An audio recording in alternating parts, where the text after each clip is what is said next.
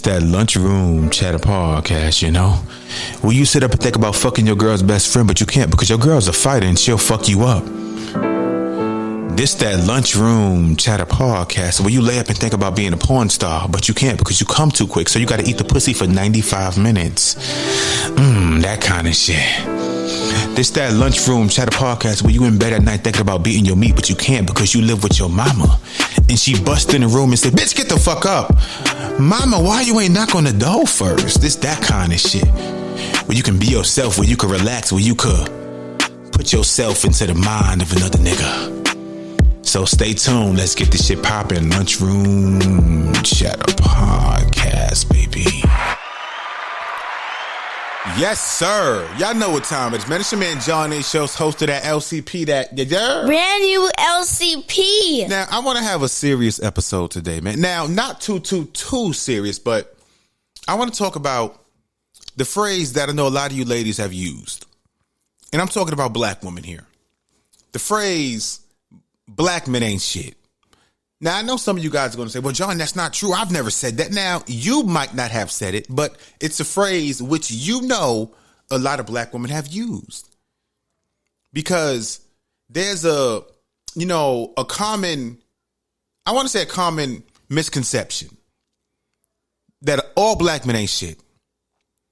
Now, I've been told that plenty of times in my life. First time I heard black men ain't shit, I was 6 years old. I still remember this shit.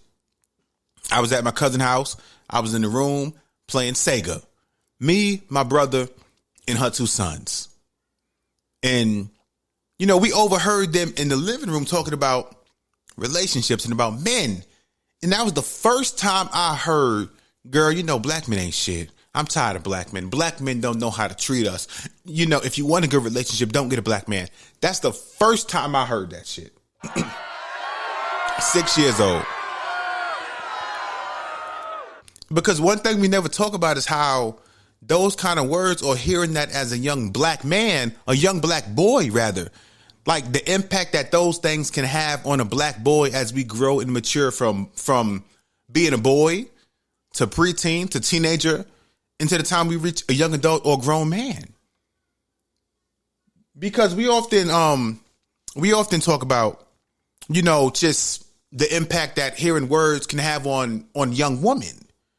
Like, for example, if there's a black girl out there and she's 7 years old, she's 8 years old, and now she hears, girl, your hair's nappy. Girl, you know what? Everybody else got better hair than you. That Spanish girl, her hair's nice. That white girl, she got good hair. Your hair is not something I like. It's nappy. It's black. It's all frizzled. When you take a shower, your hair curls up. It looks ugly. Like when a young black girl hears things like that, we always talk about the long lasting impact those things can have. For example, if she hears that and she's a young girl, even as a teenager, and now she gets older, we talk about how that plays a heavy part in self-hatred, self-doubt, her seeing herself as less desirable when compared to women of other different ethnicities. And that's a valid excuse. Because that is a valid fucking excuse, because hearing those type of things as a young girl, as a young black woman, those things can play a part in self-hatred and about you hating yourself or feeling as if you are not desirable. But we often skip over the trauma that as a young black boy, a young black teen, how hearing things can affect us. Because for some reason, nothing can affect us. Like I said, I was 6 fucking years old the first time I heard black women say black men ain't shit. And that's why I've always been, against when I hear black men or black women criticize their child's significant other. Because parents don't realize the massive impact those things can have. Like especially now in the social media age. We see it all the fucking time with celebrities. For example, like I've seen many women jump on social media and say, you know what, fuck my baby daddy. My baby daddy ain't shit. My baby daddy. And I'm like, your child 9 and 10 years old. Your child is your child can see what you're saying. And now, let's take a step back. Because regardless of how you feel, you can hate your child baby. You can hate your child baby mama. You can hate them. I mean, with a fucking passion. But for the rest of your natural born life, that is your child's other parent, biologically. So now, if you hate your child's other parent, and now because you hate them, now you wanna just transfer your hatred that you have onto your kids. Like, it's so many toxic things that we do in our culture that I just don't agree with. But like I said, man, this episode is going to be entitled Black Men Ain't Shit because, like, I want to take a deep dive into at least some of my childhood and how hearing that from a young age, how that affected me. And also, I asked black men that I know, hey, hearing from a young age or even now, consistently, because we hear it consistently, how black men ain't shit. Now, I've had conversations with women this year, and I've been told, black men keep failing me. It's time to go white. Now, again, to my white listeners, I love you guys. I have nothing against white people. I'm simply being honest about myself, honest about open conversation. And I've heard that many times this year, especially with the podcast. I'm tired of black men. Like, I see people like Serena Williams, like what's the other rapper Eve, and how they go white and they seem so happy. I think I'm gonna get a white man. And I'm gonna say it right now. That is not a safe, like an option that you can go to that doesn't have flaws. Every fucking man on earth has a flaw. Black, white, Jamaican, Hispanic, Puerto Rican, Dominican, Asian. There is no race on earth that has the perfect fucking man. So if you look at, celebrities you love and you think that, Rihanna or somebody else dated somebody white in the past and they seem so happy, you can try that. But everybody has a type, and that's what we fail to realize. But like I said, man, before we dive into some more shit, like I said, man, I hit up black men I know, and I said, hey, I want your opinion. From the time you were a young boy, a young teenager, even now, when you hear a black woman say consistently, black men ain't shit. If you want a good relationship, don't get a black man. I'm going to go white because black men don't treat us right. Because motherfuckers, y'all always, now, I don't mean y'all, but people always generalize some shit. Like, for example, a couple years back when rapper Kodak Black came out and he said his harmful, just insensitive, just terrible fucking statements about how black women are too dark and black women are this, black women are that. And after he said that, you go to the comments and you see black women down there in the comments. See, this is how all black men feel about us. See, this is why I don't like black men. And I'm like, we got to stop generalizing. Because you in particular, you chose to date a black man who ain't shit, or your favorite fucking celebrity says something about black women that you don't agree with. That don't speak for me. That don't speak for other black men out here who love black women. So you can't generalize and let the words of a single individual make you have this mindset that because this one person said it, that is how everyone fucking feels. But let's dive into this first voice message I got. Again, this is from a black brother, man. Like I said, I wanted his opinion on how do you feel, or just your responses when you see black women. Not all. I got to keep saying that because some of you motherfuckers going to think, oh, well, I don't feel that way. Not all. But as we know, and you guys can deny it all you want. And I'm talking about black women. You guys can deny it and say, I've never heard black women say that. You're lying. What's the word? Ooh, you a lie. Girl, stop. That's a lie. Yes, sir. But let's dive into this first voice message. When I hear that, I think two things. One, that woman is not saying that for black men. She is saying that for other black women, that she wants to join her in her misery. And two, I hear a woman that has not matured yet. It reminds me of, when we were kids and someone asked you, hey, do you like this little girl? And they say, you as a kid, you're like, no, girls are gross, right? It's like you are, and that's more based out of a fear of rejection. I feel like a lot of times these women, they predetermine that their interactions with black men are going to be negative, that they're going to fail, that the men are going to let them down. Because by doing that, You never have to face the fact that I want to pause it. Hold on. We got to get some more. That's the fucking word. He said a lot of times black women already predetermine beforehand how the interaction is going to be. So like you meet a black guy, he seems nice. He seems as if he may be a potential mate. But now in your mind, based off of what you've gone through in the past, your mind is already predetermined that, you know what? This black nigga gonna be the same. He gonna let me down. So now you're already planting the seed. So now because you feel that way, you may do things differently. You may not act like yourself. You may conduct yourself in a certain manner that may push him away because of the predetermined notion or just idea you have in your mind that all black men ain't shit. And that's a toxic fucking trait, but let's dive back in because he preaching right now. Yes, sir. You might be the reason your relationships aren't working out. Maybe it's not all these niggas. Maybe it's you are just a toxic, argumentative, mean woman and the men can't hang with you, you know? Essentially, to me, it's a cop-out. It's like a way of deflecting blame before your relationship even fails. So, and it's an excuse for them to look the other way. You know, they denigrate black men so that when they boost up Jason Momoa, they don't feel like they're stepping outside because they say, well, if the black man wasn't all bullshit, I wouldn't be looking at Jason Momoa. Well, we got to pause. This nigga in a bag. Nigga, is this pastor?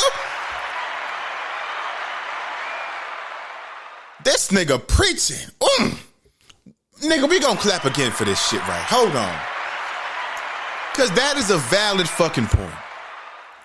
I repeat, he said that he believes that a lot of not all, he believed that a lot of black women down black men to make themselves feel better about stepping outside of their culture. And again, I want to say this right now. If you decide to date outside of your culture, interracial, like that is 100% okay with me. We get one fucking life. I'm not one to tell somebody who to date. But if you decide to step outside your race, you don't have to make up an excuse to do it. So if you're a black woman and you want to date a white guy, go date the white motherfucker. Like, don't say, you know what, I'm dating this white guy because black men don't treat us right. No, that's a white guy and you like him. It's okay. It's okay to like somebody white. You don't have to make up a fucking excuse to date somebody white to make yourself feel better or have a justified reason to do it. You don't. But we got to dive back into this voice message because my nigga preaching, he in a bag. Yes, sir. He is in that bag. And we know he ain't lying. Ooh, you a lie. He damn sure not. Come on now. You know, you got to be real with yourself. You know, maybe, just maybe the reason that all your relationships didn't work out is not because all the dudes are crazy. Maybe you're just not bringing something valuable to the table. Maybe you don't appreciate the men that actually provide you the things that you could actually use. You know, there are men with good jobs and good houses and all the things that women want, but they may not have the right tattoos or beard game, so they get left out. You waiting for the guy with the six pack to bring you six figures. He ain't got it. Let's clap it up. Now, before we dive into some more of the episode, man, like I said, man, black men ain't shit. To me, that's a false preconceived notion that a lot of black women use, as he said, as a cop-out. And we're going to take a deep dive into it. Yes, sir. It's your man, Johnny Show. This is that. Brand new LCP. Yes, sir. Stay tuned in, baby.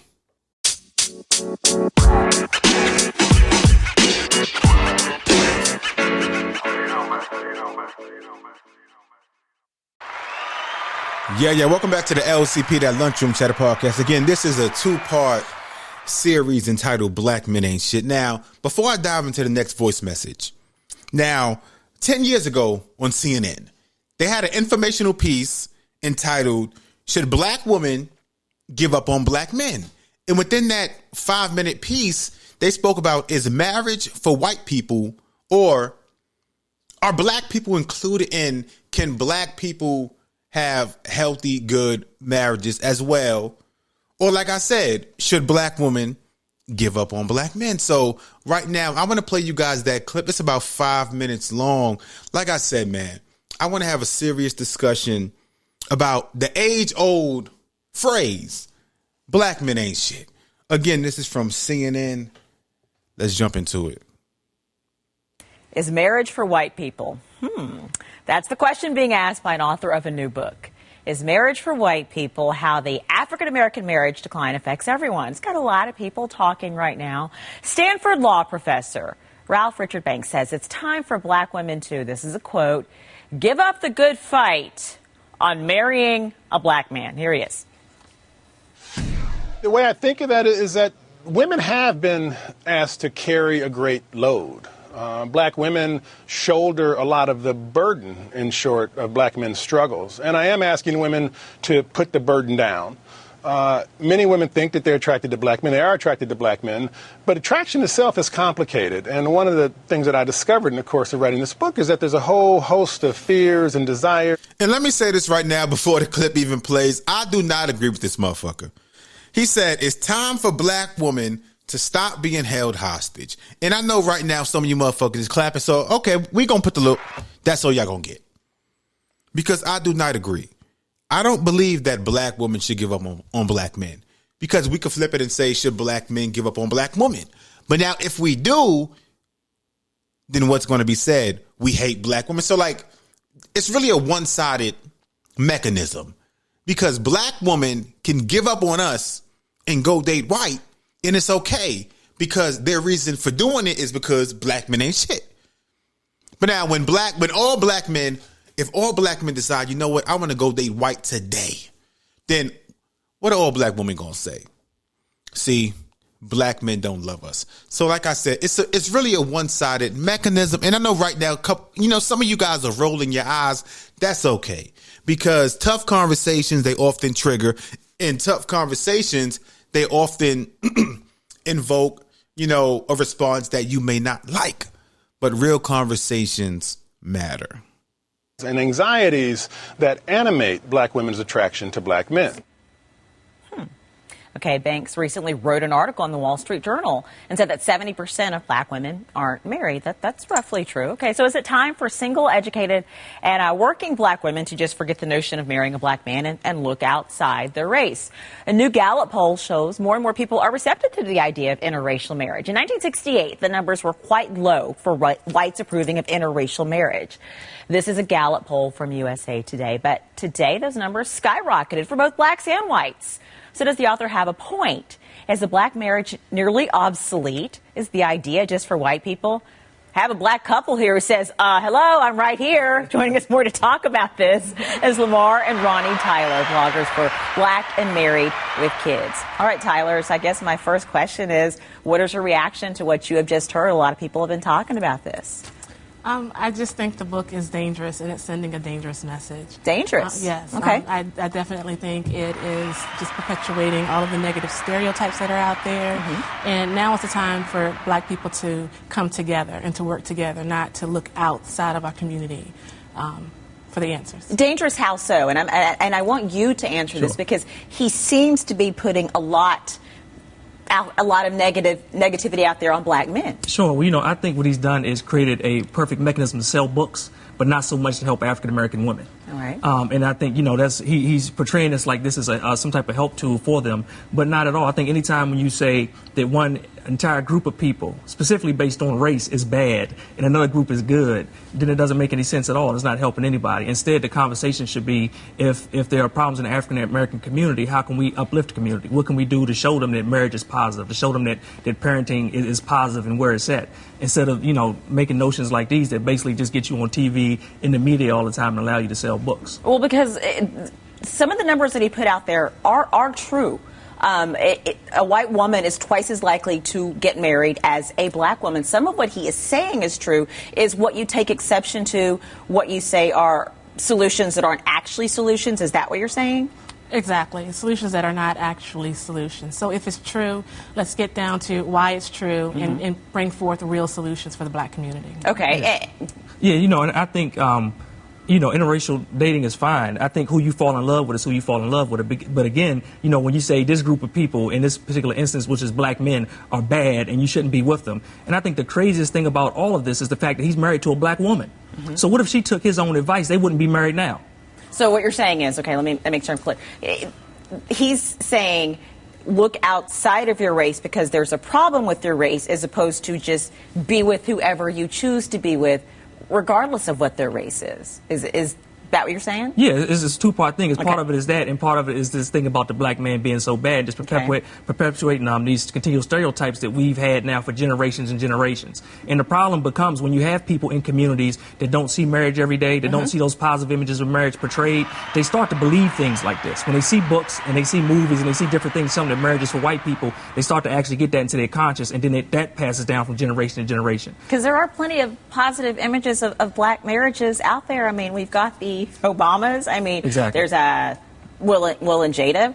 If you don't believe all that tabloid mess is out there. Right. An interracial couple. There's Iman and David Bowie. There's lots of positive images out there if you choose to see them. Exactly. And that's exactly what we're doing with our website, trying to actually build upon those positive images. Because if you don't see it, then maybe you don't think it's possible to be that. And so it's very important to have those images. Yeah, and it's just an example. We do documentaries. In our second documentary, You Saved Me, 8 couples, African-American couples from newlywed over 50 years. We premiered it in D.C., sold out over 540 seats in advance of the screening. They had to put up folding chairs down the aisle, I like to say, like church on Easter Sunday. And these people, we're not Spike Lee and Tanya Lewis Lee. They didn't know us by name recognition, but that's how hungry in our community we are for positive. I struggled to get hard when I was in my 20s. I want to clap it. Whoa, did y'all hear that fucking ad? What the fuck is that? I struggled to get hard when I was in my 20s. Now, YouTube Premium, bruh, I'm not going to get this shit, man. I hate these fucking ads, but one more time, let's clap it up right there, man. Because everything that couple said, I agree with. Now, the first guy that was talking, I don't know what he was saying. So, like the guy said after him, like everything he was saying was used to sell books. Because like the guy pointed out, the guy said all that, you know, black women should give up on black men, but he's married to a black woman. So the guy said, you know, if his own wife had took that advice, they wouldn't be married right now. So I think it's dangerous. It's negative. And I mean, it couldn't be downright lethal for the perception that people push upon black men. Now, I'm not saying that every black man is good. The same way every black woman ain't great. But we got to stop, you know, perpetuating these negative stereotypes that people believe. Because now on social media, it's a follower's mentality. So if I hear it, if I see a meme, then that means it must be true. When oftentimes it's not. Because, I mean, I hate to say it, but every black woman ain't the best, okay? Now, I'm not saying this as a way to knock nobody, but a lot of motherfuckers like tooting their own horn, beat, but every black woman ain't the best. But let's dive into the next voice message I got. Again, the question I asked was, how do you feel as a black man, or what are your thoughts when you hear black women say black men ain't shit? So let's dive into it. How do I feel when I hear black women say black men ain't shit and we don't know how to treat women? So first, I'll say that it doesn't bother me much on a personal level. But that's just on a personal level. I acknowledge that on a level much bigger than myself, it is extremely damaging to the black community and just black relationships as a whole when this type of talk persists. And it's on both sides, right? Black women will say black men ain't shit. I've heard plenty of black men say black women ain't shit, and we'll go on and on and on, tearing each other down, right? This obviously has long-term implications, but again, I'll focus on how it makes me feel personally when I hear a black woman say this. So, oddly enough, it's typically not black women in interracial relationships that speak this way. No, they're too busy with their interracial partner. It's usually black women who are interested in black men that go on to say black men aren't shit, right? And so this tells me a few things right off the bat. It just tells me that your taste in black men is shit. The things that you like are shit. What attracts you in a black man is shit. Speak on it. And if all of that rings true, let me take it a step further. Bitch, you ain't shit. Ooh. Because this ain't... And I want to pause it again. Everything he is saying in this voice message, these are his thoughts. These are his words. They're not indicative of how I feel. I got to add that right now before some of you jump in my DMs. Well, you know, the voice message you played, he said, girl, black women ain't shit and that. No. Don't be twisting his words. He said so many things before that. And he said, if that is how you are and you are attracted to men who ain't shit, who have shit qualities, shit personalities, shit attitudes, then you might not be shit. So don't flip it and just say, you know, he said black women ain't shit. That's not what he said. Had to say that before you motherfuckers start flipping some shit. Opposites attract shit. The unhealthy people aren't attracting healthy people and vice versa, right? If you are consistently ending up with niggas that ain't shit, you need to look in the mirror. And that's how I feel when I hear women say this, right? When they go on and on and on about their relationship problems, about how their baby daddy or their boyfriend ain't worth a damn. All that means to me is that this woman really ain't shit. And that's why she's attracted to shitty ass niggas. Like, cry me a fucking river that the club promoter cheated on you. Cry me a fucking river that the quote unquote feminist photographer who has nothing but half naked women on his page and calls it art was cheating on you.